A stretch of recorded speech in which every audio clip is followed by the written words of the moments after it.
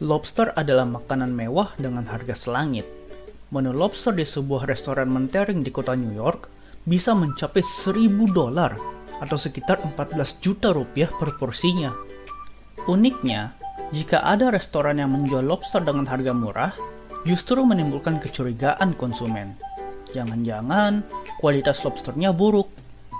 Akan tetapi, tahukah Anda kalau dulu lobster hanyalah untuk pakan ternak? Derajat lobster berada pada titik terendah sekitar abad ke-17. Pada masa itu, di benua Amerika, lobster hanya dijadikan pakan ternak, umpan ikan, dan pupuk. Lobster juga dijuluki makanan orang miskin karena disajikan hanya untuk budak dan tahanan penjara. Orang malu makan lobster saat itu. Lobster mulai naik kelas di Amerika pada abad ke-19. Saat itu, orang-orang kaya dari kota besar seperti Boston, New York, dan Philadelphia banyak yang berwisata ke daerah Maine, yaitu kawasan pesisir di Amerika yang memiliki populasi lobster yang melimpah. Orang-orang kaya dari kota besar ini ternyata sangat menyukai lobster. Warga Maine pun tentu heran karena lobster bagi mereka adalah makanan sampah dan sering dijadikan pakan ternak.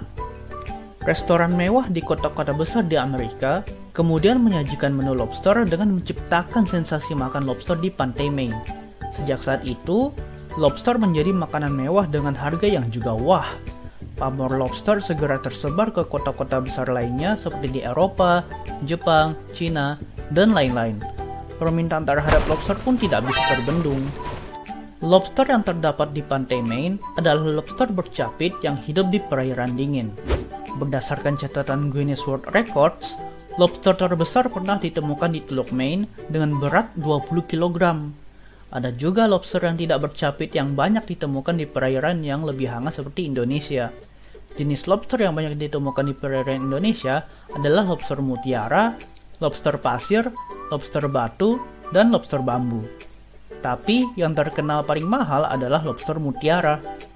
Lobster bahkan pernah memicu konflik antara Prancis dan Brazil pada tahun 1960-an. Kedua negara berseteru terkait wilayah penangkapan lobster di perairan landas kontinen Brazil. Konflik ini dikenal dengan Perang Lobster, karena Prancis sempat mengirim kapal perang dan kedua negara menarik duta besarnya. Dengan permintaan pasar yang begitu tinggi, penangkapan lobster pun semakin gencar. Teknologi penangkapan lobster berkembang pesat, dari alat tangkap yang sederhana menjadi alat tangkap yang lebih efisien dan bisa menangkap lobster lebih banyak. Penangkapan lobster di alam masih menjadi pilihan utama, mengingat budidaya lobster masih menemui banyak kendala. Karena itu, sebagian besar lobster yang ada di pasar adalah lobster hasil tangkapan alam, bukan hasil budidaya. Saat ini, hanya Vietnam yang berhasil melakukan budidaya lobster dalam skala ekonomi, meskipun bibitnya berasal dari Indonesia. Nelayan pada umumnya menangkap lobster menggunakan perangkap dasar atau trap. Di dalam perangkap tersebut, diikat umpan untuk menarik lobster masuk. Umpan yang digunakan biasanya ikan. Meskipun di habitat aslinya, lobster juga makan kerang, tiram, dan kepiting. Terkadang jika terpepet, lobster memakan lobster lainnya alias kanibalisme. Bisnis lobster adalah bisnis triliunan rupiah. Sangat menggiurkan. Akan terjadi perlombaan menangkap lobster sebanyak-banyaknya dalam waktu sesingkat-singkatnya. Jika tidak diatur, lobster akan punah dalam waktu yang singkat.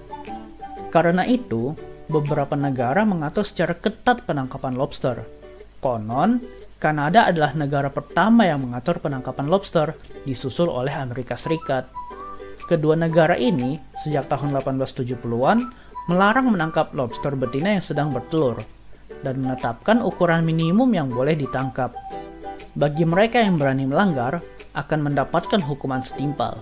Di Kanada, ada yang pernah kena denda sebesar $2.500 atau sekitar 35 juta rupiah karena kedapatan melanggar aturan. Aturan memang harus ditegakkan agar ada efek jera. Kalau tidak, hanya akan menjadi sebuah macan kertas. Begitulah cara yang dilakukan oleh Kanada dan Amerika Serikat sejak 150 tahun yang lalu untuk menghindari terjadinya kepunahan lobster. Agar nelayan tetap bisa menangkap lobster, dijual dengan harga mahal dan disajikan di berbagai restoran mewah di dunia. Bagaimana pengelolaan lobster di Indonesia? Tunggu video berikutnya untuk mencari tahu.